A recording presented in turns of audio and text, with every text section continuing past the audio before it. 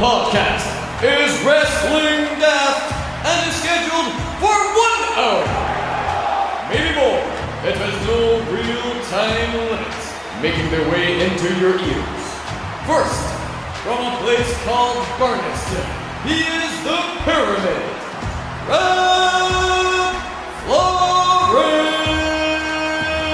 It's going to be the funniest show ever because I'm all about the comedy and the money, baby. How much you gonna pay? And his partner, the top end of Stevenson. From Mexico City to Beef Community Centre, I've got stories that are going to blow your mind.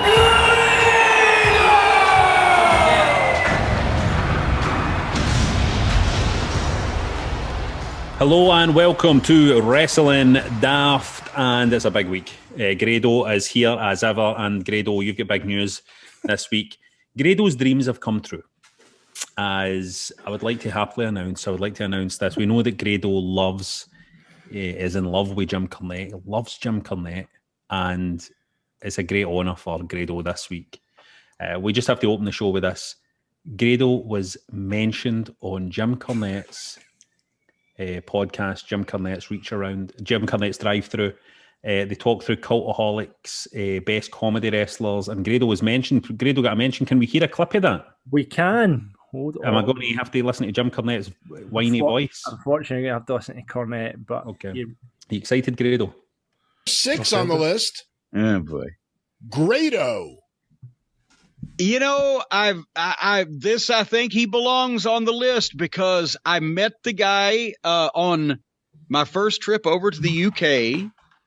I didn't do wrestling events on that trip. It was just my shows, but he was there at some of the promotional things that we did. He was a nice guy. And was he at another show I was at somewhere? The point is, he's a very nice guy, but all I ever heard in the not critiques, but the summaries of his matches, the reports of his matches, was that it was, it was a hoot for that crowd at that time, and he was coming out to Madonna music and doing a whole big over the top deal, and so he probably fits there. And he was over with it for, as those things go, for a couple years until those things go, because those things always go like that. I don't have anything bad to say about him because I've never seen any of those matches. Wasn't he big in the plans when they tried to revive World of Sport, although it was a completely different style of wrestling than World of Sport? It's like the revival of Kung Fu. When the title's the same and everything else completely different. They revived World of Sport without reviving World of Sport. Yes, and I guess wasn't he doing for a while there when he was hot? He was doing TNA, I guess, too, for a while. And I didn't see any of that either, obviously.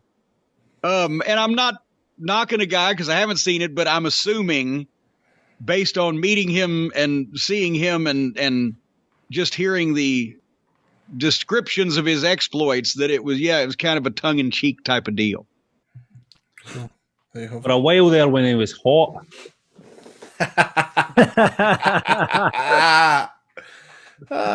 Listen, and he did that thing for a couple of years until. I know, mate. Listen, you ready to bury Cornette yet? No, listen, come on. Here's the crack, man. Right, I listen to this guy religiously. Now, I know that doesn't go well with quite a lot of the wrestling fan base. He's public enemy number one on the old Twitter, and I don't agree with some of the stuff that he says about folks a wee bit too far. But for me, he's entertaining. I can't. Some stuff I just totally agree with, and it's always been my fear for him to. I mean, he spoke about me before on his podcast years ago, but when I heard the day, I thought I shat myself. I thought, oh no, I don't want to hear him talking about me.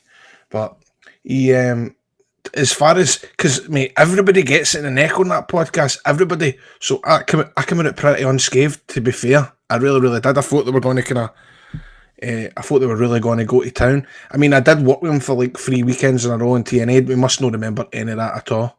Because sure, I came back, I cut a promo with Abyss, and I came back and I went looking for a critique off him, and I was like, listen, that's a first for me. I goes, I've never cut a serious promo before, Jim. And he went, you still haven't cut a fucking serious promo. And so I was like, oh, all right, okay, was it that? Well, that good? And then also, I mean, right, so I've already told John, right, now, see, a couple of years ago, this used to be the norm. I'd hear my name pop up in podcasts, but this guy died down last couple of years. And if I would usually Is know... this when you were hot? Your name See, when I was pop up hot, in the- see, when I was hot, I'd no sell the fuck out of all that stuff. But the day when I heard that, man, I was like, I've got to send him an email. Did you email him? I emailed him, man. I mean, honestly, I usually... What did you say? I just went, hi, subject title Grado. Hi, I am a avid listener of your show, Jim. My heart was in my mouth when I found out that you were talking about me on the road to my radio station. Ken, on the road to my radio station. Putting yourself over. Aye, man, then I started giving it. I went, what did I say? I goes, we did work with each other in TNA for a couple of weekends and stuff like that. And then I said, I had mentioned something about being in a couple of sitcoms and the host of a game show and an 8-week run at pantomime every December. And then I kind of ended it with going, every day I pray to God that I managed to pull out a show at WrestleMania weekend as I was set to wrestle in front of you while you do commentary on a certain wrestler who does a certain spot that you don't hold much regard for. I wrote it like an old man. Do you ken that way? I done it that kind of high regards, all that. Every day I pray to God that you never got to see that match between this person and said spot, as I don't think I would have come out your podcast this week with much I wouldn't have come out unscathed as what I did. Regards, Grado. And as soon as I sent it, I regretted it. You should have went, P.S. When were you fucking hot? Well, come on. That's what you should have said. Come on. When exactly were you hot, Jim Cornette? Fucking look, come on. It's the deal, right? But I've not 5 had a months chance. in 1980 fucking... I mean, that's what happened. How dare he? How dare Jim Cornette be like when he was hot and all that, and when he was like, and he had 2 years hangman and all that. Fucking, how dare he? How dare he? Let's move on. The big question, right, is why are we only number 6 in this comedy wrestler list? Who was above you? So I think above me, right, I think 7 I heard was Regal. I think 8, you were above Regal? I was above Regal. Oh, you got to be happy with that, mate. You got to be happy with that. Come on, man. 8, Heath Slater. I've never viewed him as a comedy wrestler. He's been in comedy. Here's the question: is Chris Jericho on the list? You know what? I don't know if he is. I don't know how old this is either. That's baffling to me that Chris Jericho is not on the list of like best comedy wrestlers, because let's look at that WCW Nitro run back in the early days. Jericho was a fantastic wrestler, fantastic technical wrestler in the ring, but he was also 100% a comedy wrestler. He was at that point. It was all comedy. Well, that's what I'm saying. Like, you could argue, is William Regal a comedy wrestler? Well, to me, William Regal is hilarious. When you watch his mannerisms, it's his facials, it's how he sells. That's comedy. The timing in it is perfect. But I think also on the list was the likes of like R-Truth was number 1. Now, I've never seen him in a comedy match. I could be wrong. I don't watch a lot, but I don't remember him ever being in a match with Gaga. I know that he does Gaga, but I don't remember that. 5 was Les Kellett on the list? Yes, Kellett was free, and he didn't really know much about Les Kellett, which I was surprised at. Cornette, didn't he? He couldn't. No, with all that, it wasn't a proper World of Sport they brought back, and he didn't know who Les Kellett was. Well, exactly. That's a good point. I should hold on, see if I've still got his email. Fucking send me. And by the way, address. You know what? I done it from the web. World of Sport. Les Kellett. Anyway, he buried most people. He didn't bury them, but he was slagging Cabana, saying Cabana's a good worker. He's a great worker, but he's not funny. He was saying stuff like that. Did they bury R-Truth? He doesn't see him as a comedy wrestler. Well, I don't see him as a comedy wrestler. Right. Yeah, I'm trying to think where was Santino? Santino was maybe number 2. He was number 2. Aye, Santino was number 2. No, that's a comedy wrestler. He's up there. Try to think if there's any. Anyway, let's move on for that. I'm not talking about Jim Cornette for ages. I'm sorry. It's good you got a mention on it though. It was good. But then, am I going to get heat for liking that he put me on his podcast? You know the way that kind of happens in wrestling now. Like, he likes this guy. How dare he? No, well, about right. Well, listen. I'm not going to get cancelled, am I? No, there's a couple of wee bits here, by the way, for Kyle and for Sandy, just putting me over for my rants in the last episode. But I'm no, I'm not going to put them. I'm not putting praise for me. I'll read it. Right. No, you don't use fucking reading. No, fuck off, Rab. I want to read it. Don't read it. Read it, Grado. Right. You let me read it. Right. Forget Jim Curtin. Oh, no, that's not. Kyle says the greatest heel in pro wrestling today has to be Rab Flaunt's. Wrestling Daft is one of the most entertaining podcasts out there, and Rab dropping promos on everybody is very Samoa Joe-esque. Mate, it was brilliant last week. Right, let's stop there. Sandy goes further. He says, I was full-on belly laughing at all of Rab's rants. Should have a Rab's Rants style segment every week where he just lets loose on everything for wrestling to no get asked if he wants a bottle of water, etc. No limits. However, after Rab having a go at Bianca Belair for crying, Thomas makes a valid point.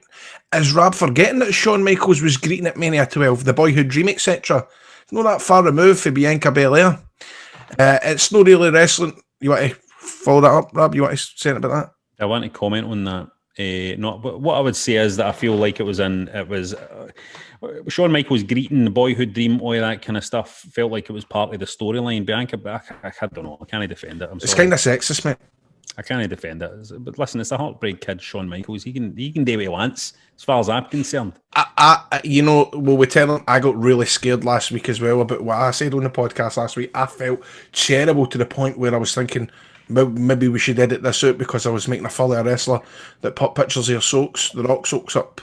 And also, you said that Samoa Joe looked ridiculous in that cagoule, and the next thing he would get released. I remember you saying, Grado, Samoa Joe looks like an idiot in that fucking wee cagoule. Is he scared of a bit of rain? I'd knock fuck at him.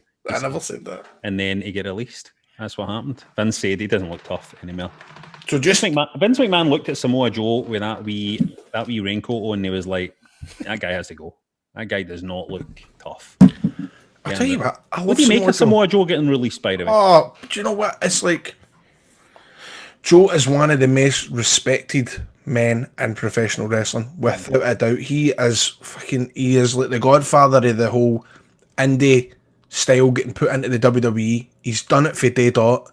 He's the man. He should have been WWE champion, but see, at the same time, I'm just no surprised because you're just no surprised at it anymore. But see, the thing is, Samoa Joe, well, mate, he's got nothing to worry about, is he? Come on. No, he's got nothing to worry about. I kind of feel a wee bit, though, like we missed a lot of stuff that I would have liked to have seen, you know what I mean? I would have liked to have seen a proper good, solid program with Roman Reigns, with Samoa Joe. I think would have been great. I'd love to have seen Samoa Joe and Kevin Owens going at it a wee bit more. I would love to have seen. There's a lot of stuff I would have liked to have watched, you know what I mean? Listen, see, to be honest with you, Rab, it's not the end. You know what will happen? He could turn up in the next couple of months and take everybody out. I don't think there's nothing to worry about that. I don't think he's going to make it. He's already made it. He's going to get loads of work in Japan. He's going to get loads of work everywhere else. It just doesn't worry me because it wouldn't surprise me if in 6 months' time he pops up and challenges. I just felt 100% right. As soon as it happened, I was just like, I want to see him in there with John Moxley now. I just right away, I was like, just get Samoa Joe in there with John Moxley now. I'd quite happily watch that. But I've never saw Joe and Jericho. That would be good. Yeah, that would be good as well. You know what I mean? So talking, like, here's something, by the way, that Pablo's Vault of Horror sent this in. This isn't anything to do with wrestling, but I just thought it was interesting. There was a dramatic moment, right, at the end of an episode of the Sarah Connor Chronicles, right? It was a dramatic moment at the end of an episode. And listening to this emotional music that they decided to play over this dramatic scene. Donald, where's your trousers? Let the wind blow high, let the wind blow low. Through the streets in my kilt I'll go. All the lassies cry hello. Donald, where's your trousers? It sounds like you taking the piss at that song. To a fancy ball. Right, cut it. Aye, that song just reminds me of Kikutaro, who, by the way, I've got one for the run in the night. You need to go, don't you? Aye, I can't be there for that. I can't be there. Me and we got a bit of beef, me and him, so I need to. Do you ever remember Rob, when Conscience was out for a couple of shows, do you remember this? And he came out to a mad, was it Sister Sledge, but something like that. What was it again? Something, no Scissor Sisters, but it was Stay Away. Oh man, I do remember that Shakespeare's Sister, aye. Mate, mate, I swear to God. And again, my brother, who I'm always saying hates wrestling, he was at that show, and the Sir Matt Busby Sports Centre, and the lights went off. Stay with me. Remember that? It was quite dramatic, wasn't it? Aye, and then it was, you better hope and pray, that bit, and that was when he walked it, remember? Aye. Aye. That was good. Say something, man. I'll say something about Conscience, Big Peter Murphy back SWA days. He was all about the entrances and all that, right? He was right into all that. He was bang on with all that, but presentation wise, not that he knew what he was doing. Completely knew what he was doing. Right. Talking of working on telly shows last week, and James got in touch to say that he was on Red, Amber, Green as a kid, and that Brian Burnett, who was a presenter of that, was a gentleman, always gabbing away and making sure you had some iron brew. I don't remember this programme, to be fair. Aye, I remember it. A long time ago, What else did Brian Burnett host? Did he have Don't Forget Your Toothpaste? Scottish Passport. No, Scottish Passport. That was it. And then you ran through the studio, and it was a bit like the TNA entrance for circa 04 to like 07, and you would walk through it, and you would be in a kind of fake plane. Colin got in touch and said that, well, this is what he said. I used to be a runner on the Saturday show back in 2003, 2004. There was a prize room, right? Part of my job was to box up the prizes for the competition winners and send them after them, right? Now, every now and then, alongside the winners stuff, I used to send myself whatever the latest PlayStation 2 game would be, you know what I mean? He says, in fact, I'll never forget my first day working there, and I walked into the office, right, and it said in the wall, this week's guest, Ric Flair. I absolutely shat my pants.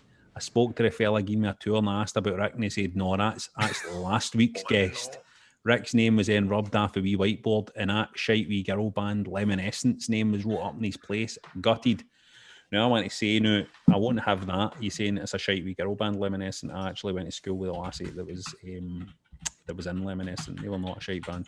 Was this, just to confirm, Rob, was the Saturday show, was that a Scottish kid show or something? I don't know what the Saturday show was. You remember Fully Booked? Fully Booked, is that no your weekends back when you were hot, Grado? That was a good one. Oh. Was there no Would You McCriser? Would You Crawler? She's in the... Who? I know she lost her hair. Gail Porter. Gail Porter. Oh, you're right. Who I have met twice but never introduced myself to. I've met Gail Porter as well.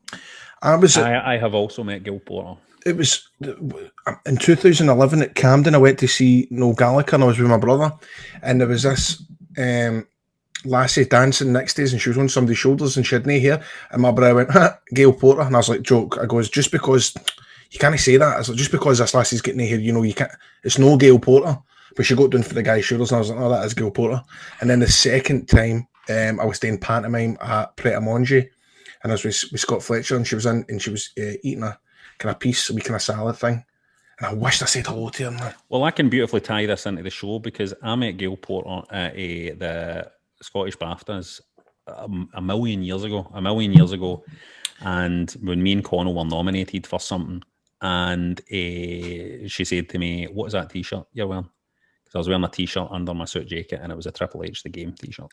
You're joking? Yep. So I can. That's funny. By the way, she is lovely. I've heard her on a couple of podcasts recently. She is tremendous. And I remember back in the day, man, she was brilliant. She was one of the first kind of kind of children's TV presenters to get right into the kind of like the mags and all that. And I loved her. She was a big star, wasn't she? She was over, man. Big star. She was over like Rover. Correct. Now, John wants Grado, before we wrap this bit up, John wants Grado to sing Undertaker, You're Gonna Pay, that one. Do you remember this one, Grado? You've done it now! You've gone and made a big mistake. I can't allow. You don't think you just walk away, but the end is now. This is gonna be your judgment day. You're gonna pay. There ain't no chances to now. You're gonna pay. My business, you're mine. Beautiful. If you want to get in touch with us about any of that or just random wrestling related stuff, it's Tongue Twister. Get us on Twitter at Wrestling Daft, on Instagram at Wrestling Daft Podcast, just Wrestling Daft on the Facebook, or email us at wrestlingdaft@gmail.com. Right, everybody knows about ExpressVPN. How could you know? I talk about them all the time on my show because I can't stress enough the importance of protecting your online activity for the big tech, because they track you, spy you, and they make money off you. But there's actually another reason why a lot of my listeners listen to Wrestling Daft. They love ExpressVPN, and the big selling point is Netflix, because there's thousands of shows on Netflix, and they're only available outside of the UK. So what do you need to do? You need to change your country if you want to view them. So what ExpressVPN, what the app does, it encrypts your data, it reroutes it through a server location to your choice, and by the way, it not only protects your data, but it also lets you control which country you want the Netflix to think you're in. So if there's a new series or something in Mexico, you change it to Mexico, and you can watch the latest series in Mexico. ExpressVPN, it lets you choose for over 90 different countries, so every time you run out of stuff to watch, what you do is just fire up the app on your laptop or your smart TV, and then you change the country. It's that easy. You hit connect. Once you refresh that page, you'll get a brand new selection of shows. It is, quite frankly, that simple. Here's the best part. It's not just for Netflix. You can use it to unlock shows. You can use it for sports and other streaming services too. And I've just started watching it on Peacock because it's free and it's only available in the US. Look, there's no reason why ExpressVPN is the number one rated VPN provider by publishers like Wired, CNET. They're all right into it, but importantly, who loves it the most? Me. Okay, so be smart, guys. Protect your data. Stop paying full price for streaming services while you're only getting access to a fraction of their content. Get yourself to expressvpn.com/wrestling right now and get free extra months of their service for nothing. That's expressvpn.com/wrestling, and you can visit that to learn more.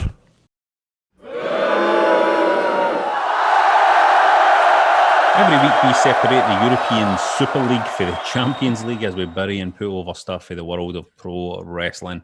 And you want to bury and then what you want to put over this week, Grado? I don't know. I don't think I've saw it. I meant to watch the MD Catch the Steve Austin thing on Biography Channel. No, I heard that was pretty good, but no, I forgot all about the wrestling this week. To be fair, I want to. Let me think. I want to bury. There's a few of the releases I want to bury because that happened this week, right? I'm right in saying that happened at the start of this week. last week. Particularly Chelsea Green, I think, is a shocking release. Of all the releases, I think that's the worst one. She is a fucking star rap, you know that, aye? Chelsea Green's amazing. She's the best. And she's not even had a shot. You know what I mean? She get moved up and then she get injured and she never even had a fair shot at it. And that lassie just had fucking star written all over her. And I think it was just, she never even got a fair shake at it. So I think that was the worst one. Obviously, you know, it's surprising to see the Iconics getting released as well. Because I felt like there was more they could have done there. But, you know, people have to go. You know, they've got, the WWE are currently employing about 17,000 wrestlers. So people have got to go. It was really bizarre, mate. Did you ever see her Hot Mess stuff on TNA? Any you see that? No. Because I done a storyline where to get married, and he's not that now. Oh, aye, that's right. Aye. She was brilliant, mate. She was brilliant because there was nobody else doing it like that at that time. And we don't like, look. Did she not suggest she was going back to the Hot Mess gimmick now? She probably, mate, she should, because it was amazing. It was amazing. And she was so easy to play off of. You know, I was playing this big fat dafty that needed to get a visa. And obviously, Chelsea was like, she's stunning. Why would I not want to go with her? Mm-hmm. The story was she fancied me, but I never fancied her. It's honestly, see, when I think about it, I loved it. It was brilliant. It was tremendous. And she knows, and she's, you know, it makes like a big difference when somebody's right up for it and right into it and wants to make it good. And she did. She was writing about it, man. She was like, let's fucking. You should be getting her on the show for an interview. I know. Well, unfortunately, she did say I'm not doing podcast interviews, but I did send her a wee tweet last week saying cream always rises to the top. And then, you know what she done? She sent a lovely wee picture of me and her on the night we got married on Impact. And beautiful, brilliant, you know. But she is. I mean, so they took her into NXT and they gave her a completely different gimmick. And even in that, she was really really pulling it off really well. That was the one that really surprised me. I was like, what, really? You know what I mean? Do you know what's funny about that? And all right, obviously, because see, at the time I was going out with somebody, and it's like I wasn't at that stage where I was like I was on the telly playing somebody kissing another woman. Aye. That my ex-girlfriend was like, what do you mean you're marrying her on the telly? You know what I mean? I have to explain to her, and I'm like, mate, it's a lot of shite. It's just playing. She's like, well, are folk going to see this? And I'm going, get a fucking grip of yourself. And it was funny how edgy I used to be. See how an Impact would tweet stuff about it and all that. I'd be pure fake to retweet it, gets my blood with that. I'm not. It's fucking daft, innit? It's daft, innit? But it's part of it though. It's like, because we're no, like, me and you are the same in that, I mean, you've done acting stuff and all that, right? You've done acting stuff and all that, but neither of us would call ourselves actors first and foremost. That's why it's awkward. And that's what I'm saying. That's why, like, even writing the Scots, for example, it's like, you know, we don't want to write kisses in or anything like that, you know what I mean? This is like characters with their wives. So you're like, I'm not doing a kiss to somebody, you know what I mean? Do you know how pathetic it is? We're not actors, you know what I mean? I remember when I done River City, I had to get off with Leah McRae. Right, and I remember doing it and no telling my girlfriend and like biffing out, and I kept it fair. It was 3 months. There was a 3-month space between like me kissing her and it going on the telly, and I remember we went out at night in Cameron House, and I was like, something to tell you. Is that why you took it to Cameron House, just to kind of you know what I mean? To break the news. Aye. I waited till the periods were bloated, and I was like, by the way, I'm getting halfway Leah on the telly next week. Just like that. To be fair, she took it all right, but even doing that, have you ever had to do a kissing thing before, Rab? It's awkward, man, but I was making it awkward, well. I'm trying to think if how do you do it? Grado, how do you do it? Like, do you just like lips and or do you slip a wee tongue? Well, do you know what? I asked that. For fuck's sake, of course you don't slip a wee tongue. What are you talking about? Well, to make it look real. Well, he's got a point, because I did say, I goes, can you use tongues? But I didn't mean it like, you know, I want to use tongues. It was a bit like, well, can you use tongues? And everybody looked at me as if I was a fucking, what? No. But the most awkward thing about it was, obviously you do rehearsals before they actually take a shot, and you're like, and you don't discuss if you're actually going to do the kiss, so it's that kind of awkward doing the rehearsal, and then you go, we didn't, and then you get the cameraman going, Connie's actually kiss, because I want to see if we can get a shot right. It's awkward. I mean, it's just like a peck. It's like you're kissing your granny, and it's like that's it. What you need to do. That's just how I kiss it anyway. Right. So anyway, let's see what the punters are saying. Bronze wants to put over Pat McAfee. Did great with his first night in the SmackDown job. The Cesaro Rollins feud continuing. Great stuff. I will happily see them wrestle again. And he wants to bury reports claiming that Kevin Dunn didn't like the Iconics leading to the release. He can fuck off, says Bronze. Jonathan wants to put over Gary Neville's promo skills. You see Gary Neville completely shitting on the European Super League. And Jonathan is wanting to bury me for being a Moni Morag last week. Fair enough. John, however, wants to put over Rab, me, on last week's show. Couldn't agree more with me, says. And also Cameron Grimes as well. Guy is so entertaining. And he wants to bury Samoa Joe being let go by the WWE. What a waste. Cameron Grimes is one of the best things on the telly now. I've seen a couple of promos. It's all to do with that Dogecoin, innit? Aye. Mega JB behind all that. Mega. He's doing the Sniff it out of my man. He was doing the $1 Million Man gimmick thing a wee bit, getting people up to do the basketball thing and all that. It was brilliant. Dr. Watt wants to bury Vince burying all the WCW wrestlers on the March 26, 2001 episode of Raw. The show was shite anyway. I love that. A blast for the past there. And Dr. Watt wants to put over the Panama City Beach finale of WCW, which was miles better than Raw that night. Man, that's... God, I would say that. Do you remember that night, Rab? Aye, what an amazing mental night. That was the weirdest night, wasn't it? Brilliant. I think they managed to tee it up together. I could be wrong when it was on. It was on Bravo, wasn't it? We've went over this before, but I remember as a wee guy going, "This is blowing my mind." It was amazing. It was amazing seeing them on each other's, like seeing all that on each other's shows. It was fucking bananas. It was like, it's hard for people that aren't into wrestling to even get a picture of what it would be like. You know what I mean? It would be like Phil Mitchell fucking storming into the Rover's return. Yep. It's It'd be exactly like, that. It'd be like you watching Coronation Street and Phil Mitchell fucking rocking in saying he was going to batter somebody. Aye, and that he knows all the characters and the storylines, and he's like, Yep. Like, you know, which would be amazing. Now that I've said that, I'm like, no, I see that. Chris wants to put our Alexa Bliss's wee doll thing because he's only just realised its teeth are skulls, and that means every time it eats its dinner, it's actually giving its dinner loads of milkies, which is true. And Rico wants to put our Cesaro putting on a great showing in the SmackDown main event against Jey Uso. He did this deadlift vertical suplex on Jey, and it looked unreal. Cesaro's strength is ridiculous. a strong boy. He's a strong boy. Ridiculous. Rico wants to bury SmackDown. He said it was poor this week. No debuts, very little in the way of storylines being advanced or new ones being introduced. He's not happy with SmackDown, with Smackers, as some people call it. People who talk about the graps call SmackDown Smackers. Xander wants to put out Rab Florence for last week's show. Rab Florence, me. Agree with him on every single beautiful rant he says, and he wants to bury everybody who disagrees with Rab, right? So that's you buried, John. Andy wants to put over Rab for his rant on WrestleMania. I wants to bury the Marks going nuts or a daft singer doing a move. Yes, Andy, man. Now, when you say, by the way, the Marks, by the way, do you mean just in general the Marks, or do you mean the Wrestling Daft Marks? Of course, probably means us. A show that you should be listening to. But did you just love that, John? I loved it in the fact that this is, I think, arguably it's the best non-wrestling celebrity performance ever. I think it was. But then I listened to you've got me listening to Jim Cornette, Grado, now, and I'm now kind of changing my mind. You're questioning everything, aren't you? I'm questioning everything now. That's what happens, man. Podcast and his review of WrestleMania, and I'm like, oh. Did Jim Cornette enjoy WrestleMania? Do you know what? I think he enjoyed bits of it. He enjoyed Walter on WWE UK. Loved that, Walter, and who was it? Walter on Rampage. Aye, he enjoyed that. But he doesn't enjoy much. But you're right, John. It's weird, isn't it? You watch something, you go, that was all right, and then you listen to Jim Cornette and you go, you're right, that was fucking shite.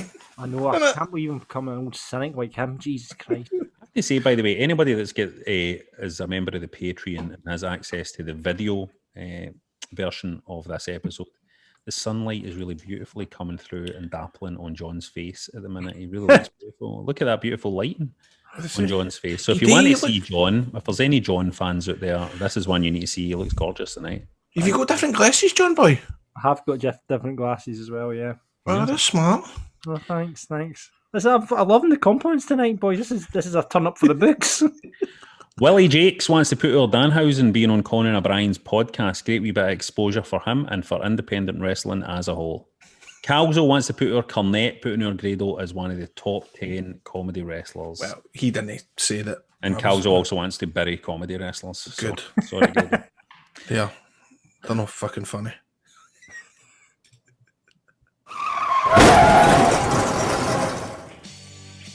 Right, it's that part of the show where we do a run-in. This week I told producer John, forget about it, I want Kikutaro on the show. For me, Kikutaro is one of the funniest, if not the funniest comedy wrestler of all time. He makes me laugh, and he is here, the one and only Kikutaro. Kiko, how are you, my friend? Hi, how are you? Yes, very good. You smoking a fag? Yeah. Now, for the listeners, Kikutaro, I don't exactly know what has happened, but the last I know, you were living in America, you were doing all the independent... About 4 years. I lived 4 years in Las Vegas, Nevada, United States of America. You stayed in Las Vegas. So my working visa is expired on January. Yeah. I leave United States before expired visa. I think soon renew. So I keep apartment.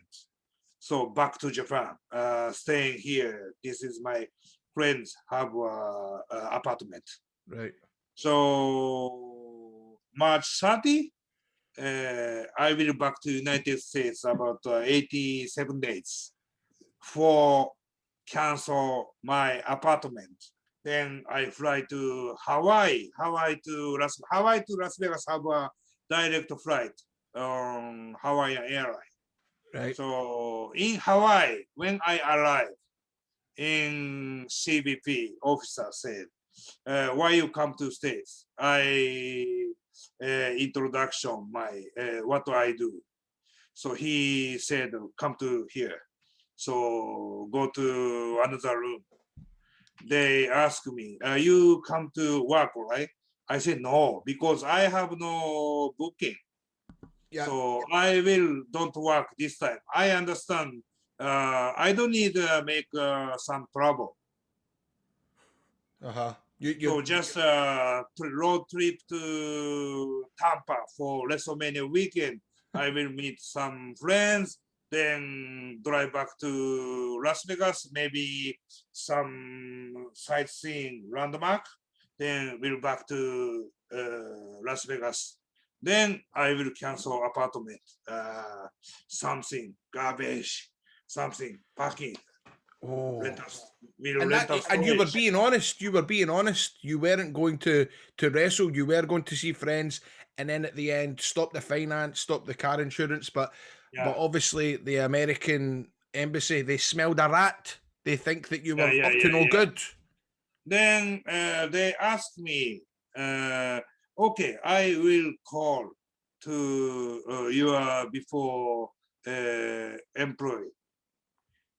So Who would that be? Lucha Pabon owner, your boss. Okay. I think she don't understand when I coming back to United States because I just came for a cancel apartment. Okay. Later, Japanese translator is coming because I'm not perfect English. I don't want misunderstanding answer. They ask me, okay, if you lie, you go to 5 years prison. Okay, so you have something right? What kind? They said I talked to Lucha Pabon owner. They said you have work, so you work show tomorrow in Los Angeles. Was that true? You get 400 or 500 bucks, right? I said no. But they said you have work. We understand. So we don't enter you. We will send back to Japan. Oh my god! I just said, So I'm very shocked, but I just say, okay, I respect your work. Then we send back you next flight. Okay, how long hour later? No, 2 days later. What the fuck? If you don't enter me, so please send back right now. They said now Hawaii only one flight, 2 days each. So my coming flight already flight to Japan. Yes. So I need to stay 2 nights. So they will say they said you should stay in jail 2 days. Okay. Police officer handcuffed to me. No. Let's fuck. Then very tight behind the sheet like this. Fuck. So pain my wrist. Then arrived some venue. I look federal prison. What the fuck? Prison? Not jail. Prison. Fuck. So they did a PCR test. Then maybe I passed. Come here. You naked. What the fuck? I put on my stuff to box. Change prisoner uniform. Oh my god! What, like the jumpsuit, the orange jumpsuit? Not the jumpsuit, and then something shitty moss green shirts and pants. Then I bring my sheets and some towels, bring walking and some metal checker. Then finally, big door is open. Then, oh, before I see like a Prison Break, same location. So I see some doors, very tiny from very tiny window. Two guys, two face look me. Then I stay 2 nights. Oh, Eat Kikutaro, really shitty food. honestly, Kikutaro, that is horrible. But what are you going to do? What's happening with your apartment? What has happened with car finance? Are you able to sort that out? Very worst experience in my life. Well, this is what I don't understand. Did they pretend to call a wrestling promoter and they make up? They say, So they say the promoter don't say I have work, because really I have not work. So because in Los Angeles can't show because law of the pandemic. exactly, no shows. There's Yeah. no shows happening. Yeah, if they said have a show, okay, show me. Nothing. That's shit. So are you going to try and return, or is that it over? Yeah, I will try. I will that's scary. get a lawyer and will process to immigration. But listen, Kikutaro, you've stayed in America for the last 4 years. Have you had the time of your life? I follow you on Twitter. I follow you social media. You are always looking like you're having a good time backstage at WWE. I see you wrestled at Impact. Yeah. You have. Tell me about the highlights the last couple of years in America. This is unofficial, but my experience. So highlight is 2 weeks work with WWE. Get in there. I know how much you dream of WWE, which always amuses me because you have done so much in wrestling. You've wrestled in Japan. You've wrestled all over the world. You've wrestled for the biggest indies, PWG, Ring of Honor. But you love the WWE, don't you? Yeah. Because my dream. It's your dream. So just 2 weeks, but I work in WWE Performance Center and NXT house show. Did you work a match at the NXT house show? Yeah. No, I don't do wrestle. I just did producer. Well, that's you done. But really honor. This is my great dream job. You done producer. You producer. Yeah. Amazing. That's amazing. And you done it for the full show? Which matches did you produce? I did the producer Fantasma Junior. I know him from TNA. And Zayari. Yeah, great experience. Brilliant. And you always put a smile on my face when I would see you travel from Las Vegas, Nevada to all the independent shows. You must have done a lot of miles in your car. Yeah. You drive lots and lots of miles. What is the longest you have took to driving to a show in America? Yeah, very. Because if only my booking, I can fly. Promoter pay my flight. But sometimes Japanese young boys want experience. Came to my house, so I will booking with young boys. But the promoter don't want to pay to young boys flight. That's right. So I said, okay, I drive to venue. Please pay some. Please pay to my gas fee and 1 day hotel fee. Aye. Like the same price, my flight cost. Yes, as long as you. So I bring young boys. Then I did the long drive.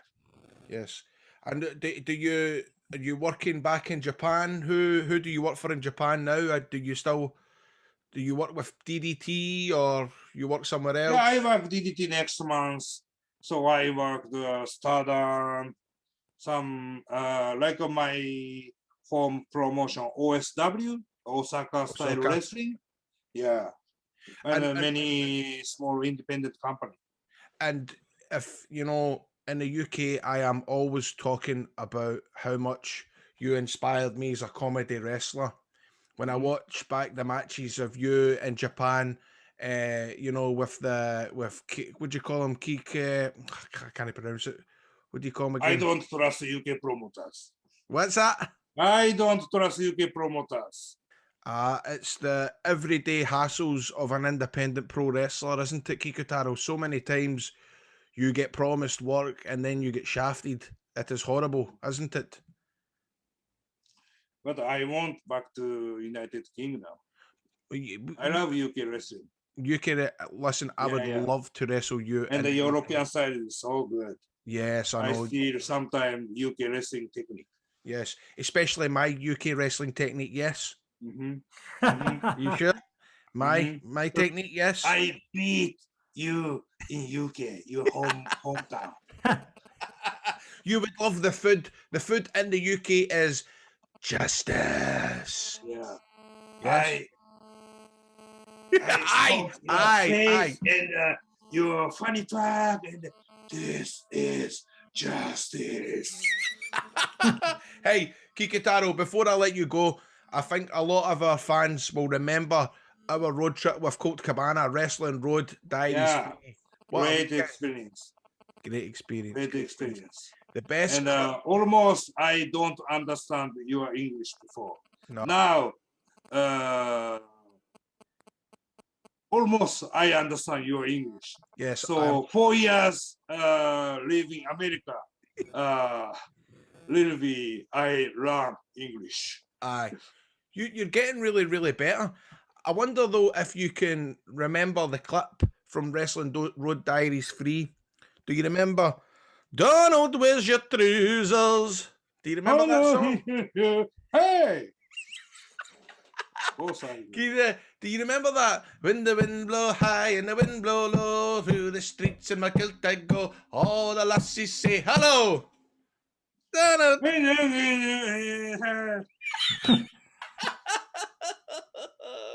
Kikutaro, amazing. So I hear that there are some t-shirts on sale to help you because you've had some hard time. I believe GCW have been helping you out selling t-shirts. Yeah. Where can fans get the t-shirts?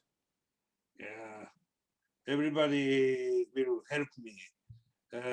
So I'm so lucky man. So I have a connection to my friends. Everybody angry.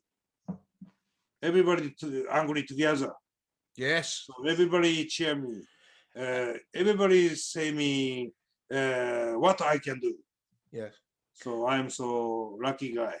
Well, because Kikutaro, I don't know anyone who does not like you. Everybody loves you, Kikutaro. That is why. That is why they are angry. I don't know why. I'm not. Listen, I'm not a great guy. you're a great guy. Come on, you're one of the nicest professional wrestlers I have ever met, and I really really miss you. The weekend that we had with Cabana, WrestleCon. Remember WrestleCon? Such good memories, man. I listen. I miss America. My visa ran out. I don't think I'll ever be back in America with visa. Too much hassle. Too much hassle. Fuck that. I don't want to end in jail. But I respect you for not giving up. Thank you. I love you. I love you too. I wanna fuck you again. Yes, fuck me. You can fuck me. Yes, anytime. Just kidding. Wait to tell you, Patreon. Get yourself on our Patreon because we've got extra bonus content up there. Me and Rab every month usually throw a video or two up there, and I've just added a video there, a bonus episode that was recorded the day before WrestleMania. It was Grado's WrestleMania Memories. There's more to be put up there soon. The best way to get involved is to sign up at one of our tiers. Patreon.com/Wrestling Daft. Loads of bonus content up there, more to come soon. If you fancy that, we'd love to welcome to the roster. So it's patreon.com/Wrestling Daft. You just made the list! It's the only list that matters in wrestling. It is the list of Wrestling Daft. You can vote for what you want us to talk about at patreon.com/Wrestling Daft, and you should go and sign up. This week, we went deep as we asked what you would rather us talk about, the best wrestling gear or the best wrestling belts. And with 62% of the vote, it was best ring gear that won it. So... I'm going to give you my top three first of all, right? It's very perverted, this, isn't it? But it's something that interests me. It's something that, do you not think this sort of subject, it's like wrestling is like one of a kind, isn't it? Do you know what I mean? Like, as wrestling fans, we want to know, like, what's your favourite belt? What's your favourite fucking pair of trunks? Like, it's weird how satisfying it is discussing what folk wear lycra-wise on their body, innit? It's just... But you know what I mean by that? I don't think there's anything weird about it. I suppose they probably talk about it on their Star Trek podcast and all that, about who had the best cloak, who had the best hairdo, who had the best headgear and all that. I mean, you've been to that, Rob. Anyway, here's my top three, right? Here's my top three, and there's loads of ring gear that I love. So I had to kind of just go, I'm going to go with my heart, take it off the top of my head. I'm not going to deeply go into it. Number 3, Scott Hall. I love Scott Hall's whole look, whole demeanour. I love the wee waistcoat. I do. No, I know. I love that whole thing. I love his Razor Ramon. I love these Razor Ramon get up. I think he looked great in the ring in that gear. And I just think he always looked great. So that's my number 3 is Razor Ramon. Do you know what, Rob? I hear you with that, and I never have actually realised it, but I've always been into wrestlers that wear trunks and then wear the waistcoat. I love it. You know, like fucking Anderson, C.W. Anderson, Arn Anderson, Big Sid Justice, all that kind of... I said Vicious, what the fuck you want to call him? But that's so weird, isn't it? It's because I remember, like, when they come back, I'm noticing things like, oh, he's got the new NWO logo on his trunks when he come back in 2002. But then I remember also getting a hard on for seeing a picture of Scott Hall at a house show and he wore his click. He had click on his arse. And I remember being like, oh, man, he's got the click on his arse.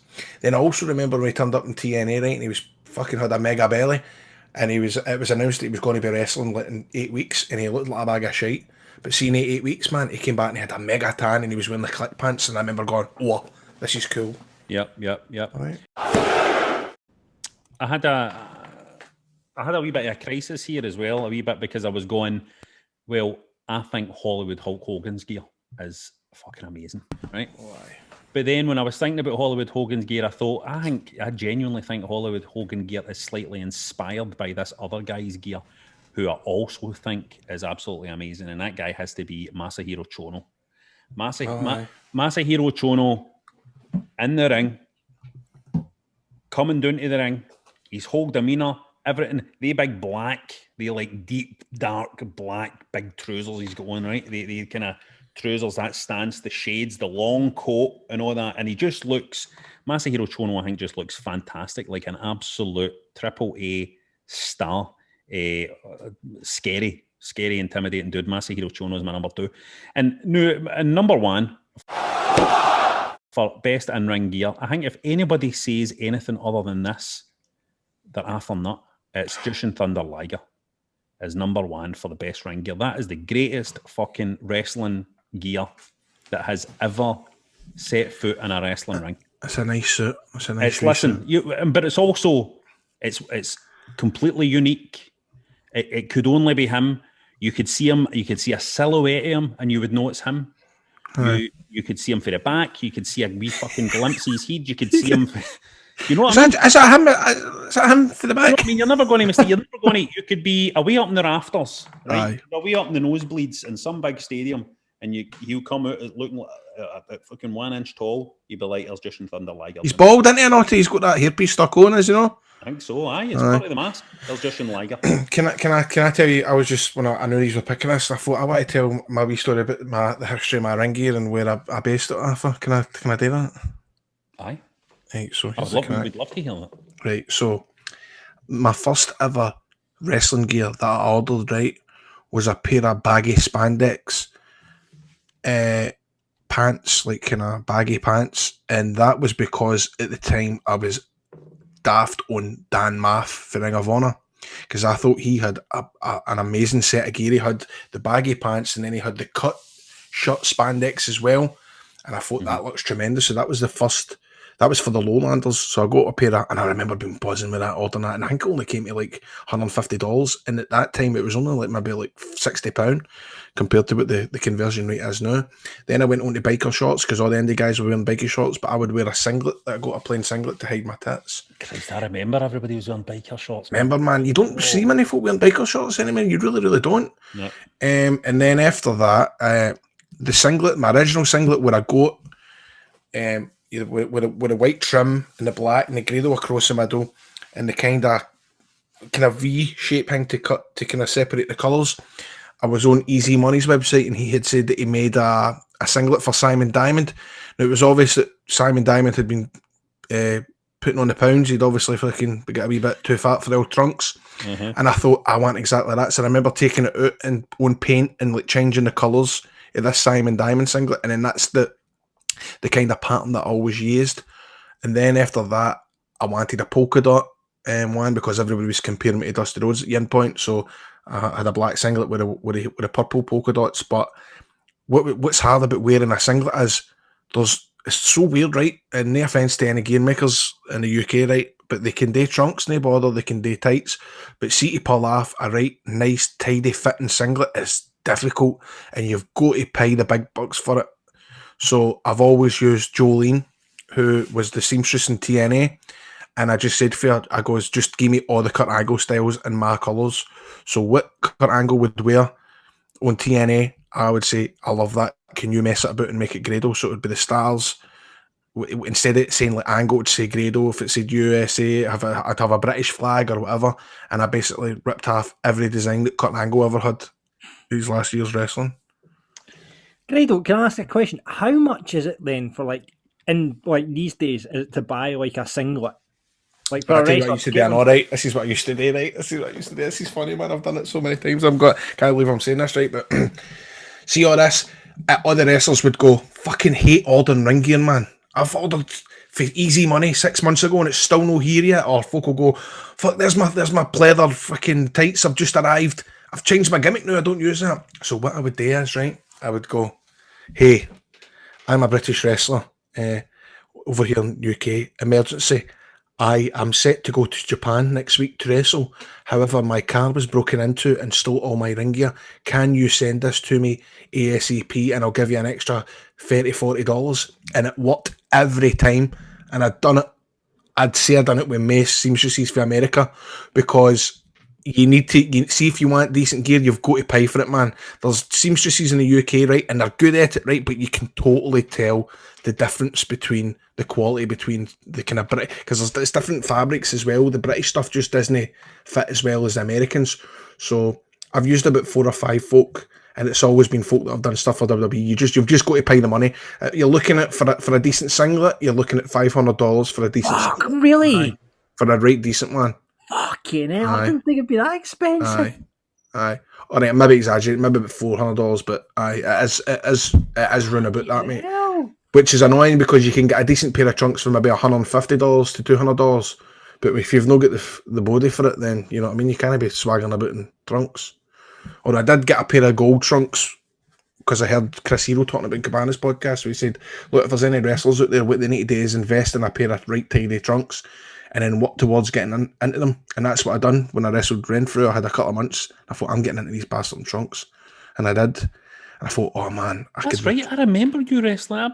I was going to say, hold on, you've wrestled in trunks. Mm-hmm. Aye. Wrestled in trunks, aye. And it was the best feel. I felt like a wrestler. Now that way. Aye. I was like, I'm a wrestler, man. I'm in trunks. This is gallus. But the weird thing is, like, I would almost associate, like, I think if I was wearing a singlet, I would feel more like a wrestler. Do you know what I mean? I think it's just because you get used to it and you think, I want to try something different, and I have. Like I got Julian to try and measure me up for like a bodysuit, like MVP and all that, and then I was putting on, and I just looked like a big sausage, you know, that way with everything sticking out, and I thought, no, I can't be doing this. See, when you were in TNA, did you get your gear for free?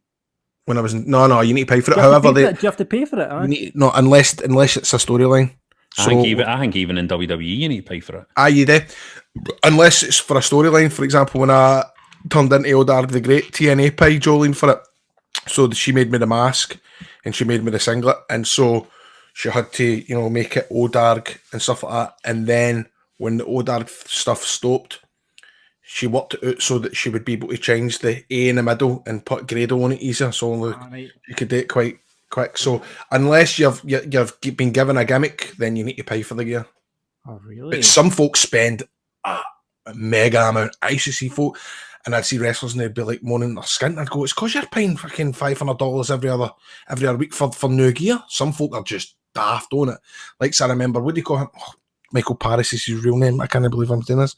He's in NXT just now, and he was Zema Ion in TNA, one of the nicest guys ever.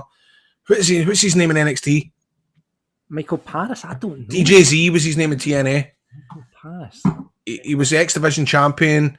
He's in NXT, and I think he's in a stable with a Mexican guy. I don't know. DJ Z. Oh, he's in Legado del Fantasma. Joaquin Wild. Joaquin Wild. Aye. He's always had tremendous gear, man. He still puts it on. But You know what they say though? All the gear, no idea.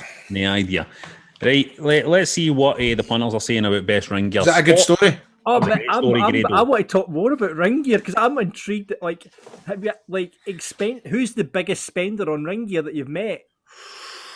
Biggest spender? Oh, that's a good question. Jeff Hart. Jimmy Neal. Is biggest spender. It's funny. Like I remember Jimmy Neal. I'm trying to think who the biggest spender would have been. There's definitely some TNA. Robbie E always had new gear sets.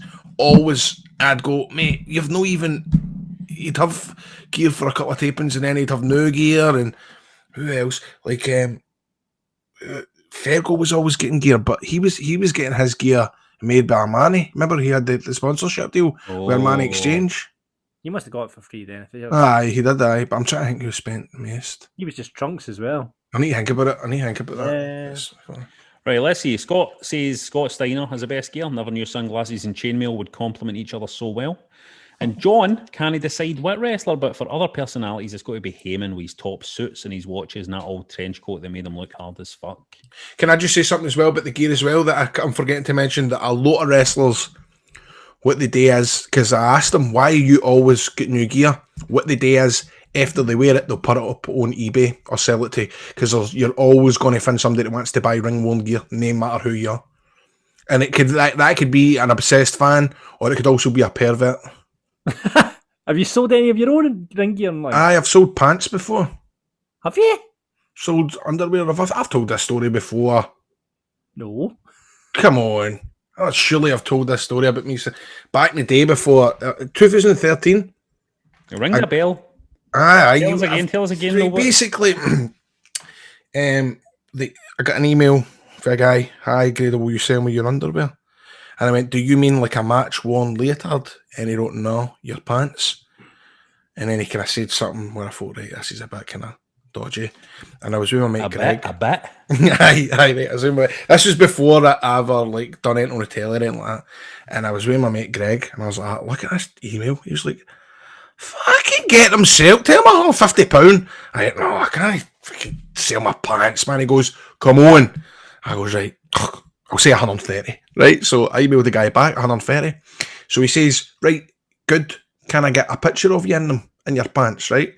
So at this point, we're at the gym, right? Because we're in the motor, we went to the gym. And I'm like to my mate Greg, I'm like, I can check that out. This guy's wanting me to get a picture. He goes, well, cut your head off. Come on, we'll do it. So we're in the gym getting changed. So I'm still like that with the elbow up in the door, right? Fucking standies. By the way, they were called Lucky Pants for Primark. They were blue, I can remember. So I sends a picture, right? Sends it to him, right?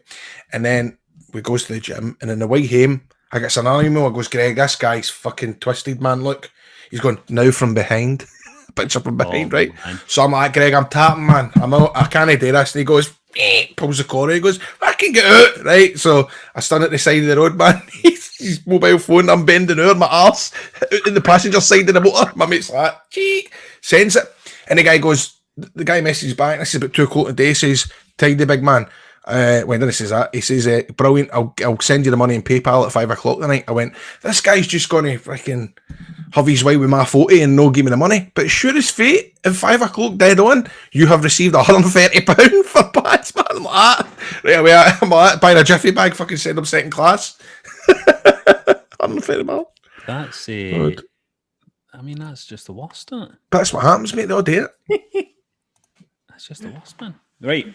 Dean, by the way, has agreed with me. Hogan's Hollywood gear gets overlooked because he was such a huge star. Airbrush bottoms were minted. Selco says D'Lo Brown, boring as fuck, then wore the chest protector and developed a swagger that is unrivaled. Why? Scott thinks best ring gear for him because he's a big comic book gimp. He says as Rey Mysterio. His Captain America and Joker gear at Mania were class. He says there's a guy that probably has spent the most money on gear. Aye, probably. Yeah. You're right. Aye. Because he gets like Louis Vuitton fabric, so he goes to town with the gear. I heard Macho Man as well. Macho Man apparently didn't wear, even on house shows, didn't wear the same get-up twice. Aye, that's crazy, isn't it? It's mate. We had a specialist guy who did like all the rock stars and all that, and he went to him all the time and didn't wear the same ring gear twice on house shows. Amazing. Chris says Mankind. Tracky bottom, school top and a mask. Louise says Rick and Charlotte Flair loves the entrance robes. God, do you not love listening to Conrad on his podcast, always hunting for the old Ric Flair jackets? He's always going on about it because he's got a couple, which is mental considering it's his father-in-law now, but he's always going on about how he's looking for this certain robe because it was sold in this year and it's been missing and it must be in this state if anybody can keep an eye on it. I always find that interesting. Imagine you just went to somebody went, I've got one of Ric Flair's robes. It'd be mental, wouldn't it?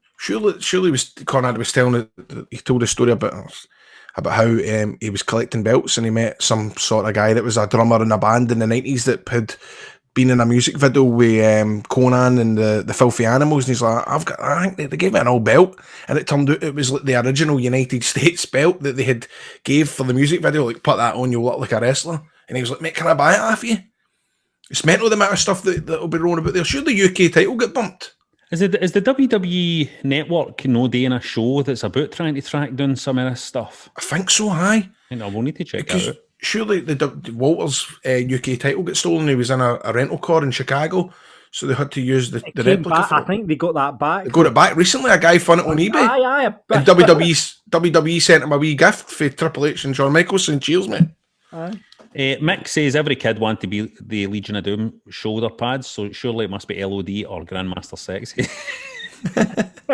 Andy says Misawa. Good shout. Oh, aye. That is a good Look at shout. how many people have paid homage to it over the years. Iconic. And Xander says Jericho and his light up jacket. All others' answers are wrong. Listen, by the way, we forget about that. We've spoken about Jericho a lot, but we forgot about that as well. Just like, that light up jacket. I remember the first time I saw that, I was like, that is fucking cool as fuck. Do you know what I mean?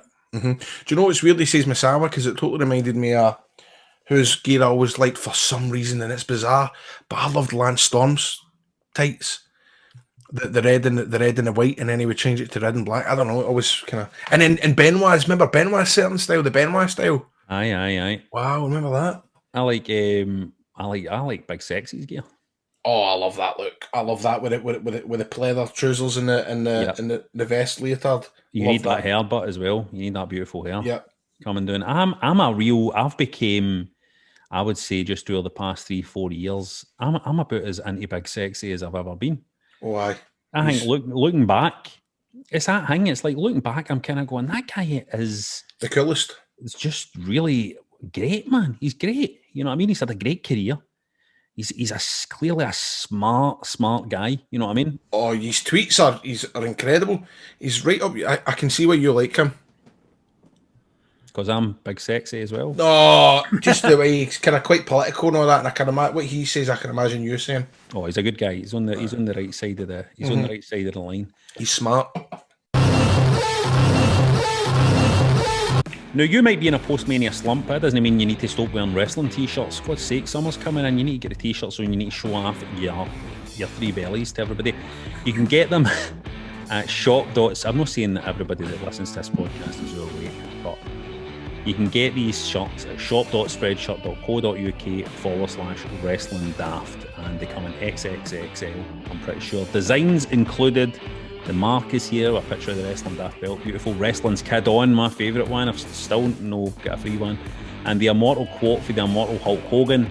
Good night, Hulkamaniacs and jabroni marks without a life. But don't notice a work when you work a lot and work yourself into a shoot. Marks. You can get that in a t-shirt. Still haven't got the cease and desist yet for the Hulkster. He's rich enough. He doesn't care. Plus you can get I'm a take a bump for you, chips, cheese and doner meat, and Margaret, there's the Fiend. I mean, my God, I can't believe that we can still sell a Margaret There's the Fiend t-shirt. I can't believe that the Fiend's still gone now. Not only that, we also have hoodies, face masks, phone covers, trucker caps, bum bags, aprons. Get them all at shop.spreadshirt.co.uk/wrestling daft. Check out the range. shop.spreadshirt.co.uk/wrestling daft now. Or check out the links on our Facebook page or Twitter at Wrestling Daft. It's time now for another Wrestling Daft road story. We act as wrestling veterans in the car on the way back for a show and read out a story that you've sent here, just to clarify this isn't our actual stories for our life. We're reading it as stories that you have sent in. So let's get in the motor and start the car.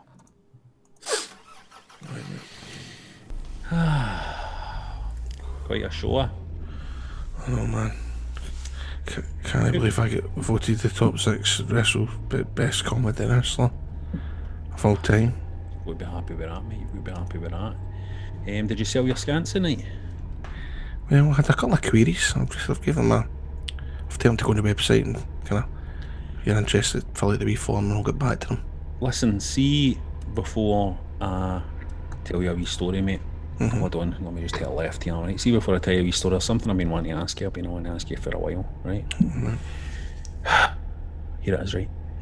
Are you pro too?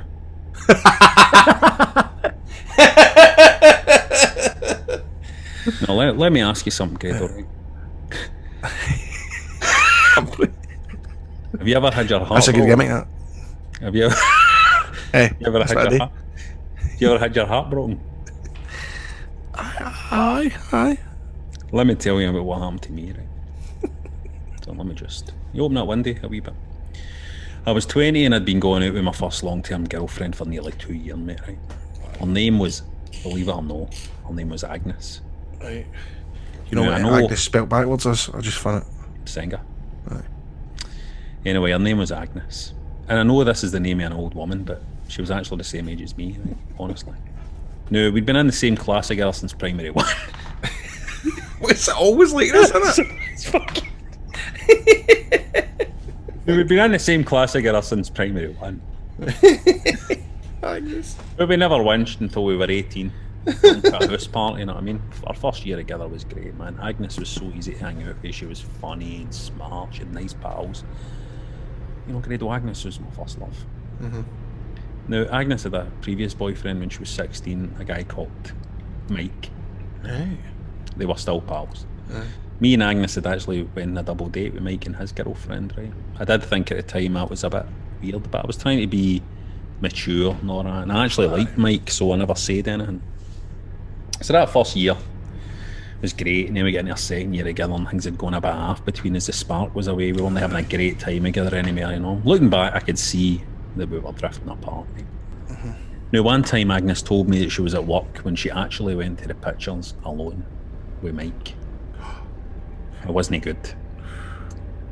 Agnes dumped me the day after her 21st birthday. She had an empty for the weekend, had a big house party. We fell out at our party and she told me we were over. I left and walked home devastated. Even though I wasn't totally happy and I really wanted us to work at it and stay together, you know. I loved her. So when she ended things, mate, I was heartbroken. I know. So the day after she dumped me, right, I walked into town to buy some dinner. I purposefully took the road that went past Agnes's house and I'm walking back home in the dark with my chips, right? And I see Mike's car is parked outside Agnes's house. The blinds are drawn, the light is on. I didn't know what to think. Agnes had told me that nothing was happening with Mike, but why was he at her house? I wanted to know why Mike was there and what they were doing. When you've came out of a relationship, Grado, you know yourself, you do silly things that don't make sense. Aye. I did something stupid. I knew that Agnes had a big, deep back garden, right? The whole street had these massive, long, poorly lit gardens that backed onto one another. I knew the street very well, mate. Right. So I looked about me to check nobody was watching. And I went round the side of the house and into the back garden, walked deep into the garden, and I hid round behind the shed. So now I'm in the pitch black and I turn around and I look into Agnes's kitchen one day. The kitchen light's on, there's no blinds or curtains so I can see right in. I can't see anybody, but I have a feeling they're in there, right? Now that I'm crouched in the dark, peeking through my ex's kitchen one day, it dawns on me. What the fuck am I doing? This is really creepy, weird behaviour, right? What is my life came? This is wrong. What am I even looking for? Am I trying to catch Agnes out in a lie? Do I even really want to see that? I'm 20 years old and I'm hiding in a garden that I used to do garden runs in when I was 13. I'm the fucking bad guy here. You know what I mean? Right. I'm there for maybe 5 minutes and I think I need to go. This is mental. Right? When I see it, Agnes walks into the kitchen wearing pyjama bottoms and just a bra. And a topless Mike follows her into the kitchen.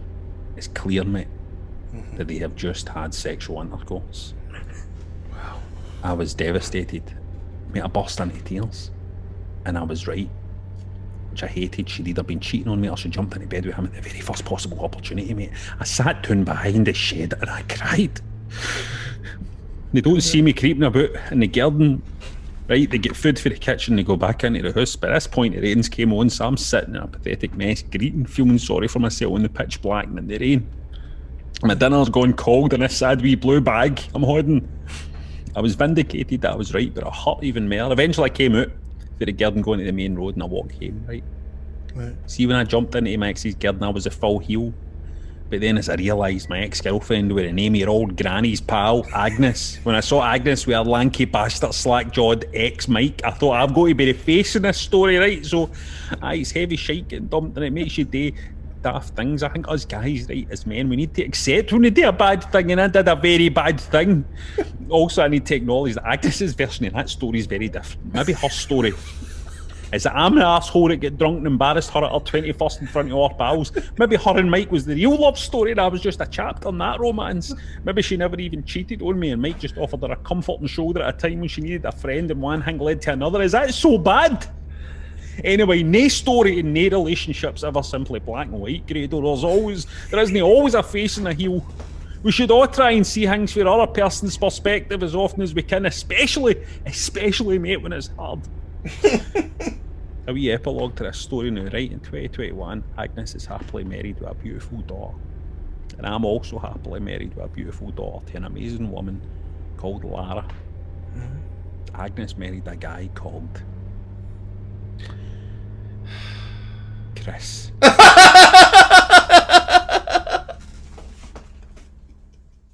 That story was sent to us by Matthew. That was beautiful. That was like an epic saga. You done well there, mate. That was superb. That was a great story. It's brilliant, man. Fucking brilliant. There you go. Now, everybody, remember, if you want to send us a story, you know, that was beautiful. Just make a bit of effort. You must have a bit of story for your past. Extra bonus if we get the chance to go, you know, when I was in primary 7. I know, mate. Come on. It's every time, innit? It always at the school disco and fucking...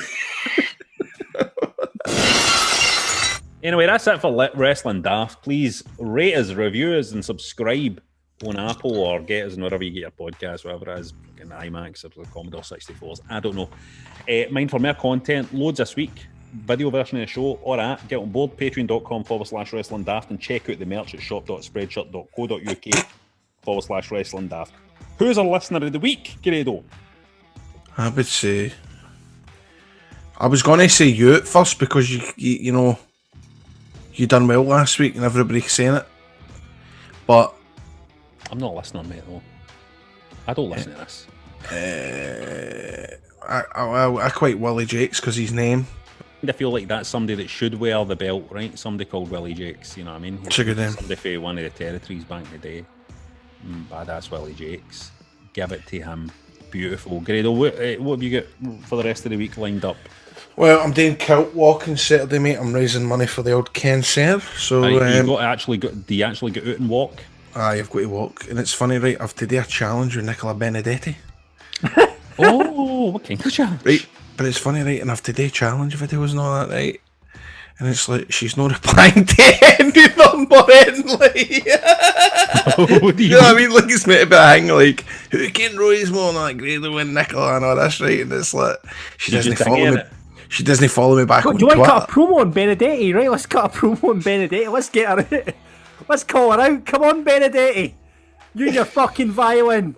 No, it's look. Well, there's obviously something kind of look. May the best. You know, she's good at what she does, mate. She's a violinist. You know that, This is no wrestling talk, Grado. Come on. No, I'm too feared in case she hears it and goes and says, "Oh, mate, there's a reason why I've not been replying to you. You know, she could have had somebody in her family that's died. She could be going through a hard time." Sure, she'll get to it before the end of the week. She'll be busy. She'll be busy. Violinists, by the way, practice a lot. They practice a lot. They practice a lot. Of course they do. Do you know what it is that they use to strum a violin? What? Do you know what they use on their strummer? It's cat hairs, isn't it? It's horsehair, is it no? Horsehair, that's what. I think it's horsehair. Did you know that, Rob? Cat hairs. Cat hair! I knew it was some sort of animal hair. Beautiful. Anyway. Beautiful. Anyway, best of luck with that, and good on you. Grado's always doing wee for charity. That's just something you have to remember about Grado. Worked with the fire engines, helping people out, always doing the charity stuff and all that. Where can we sponsor you, Grado? Go to just type in Grado Kilt Walk, I would imagine. Susanna Morris's name might come up, but that's what it's for. Grado Kilt Walk. Look, it is because I'm raising funds. I'm walking for the Beats and Cancer charity unit because everybody in Scotland knows somebody. Or my dad was in there. My mum was in there. So yep. So my dad was in there before he passed away. Beautiful. Grado, anyway. Yourself, go up the road, mate. Oh my God, it's yourself. Go up the road. Cheers, boys. Cheers, boys. Audio Frontier.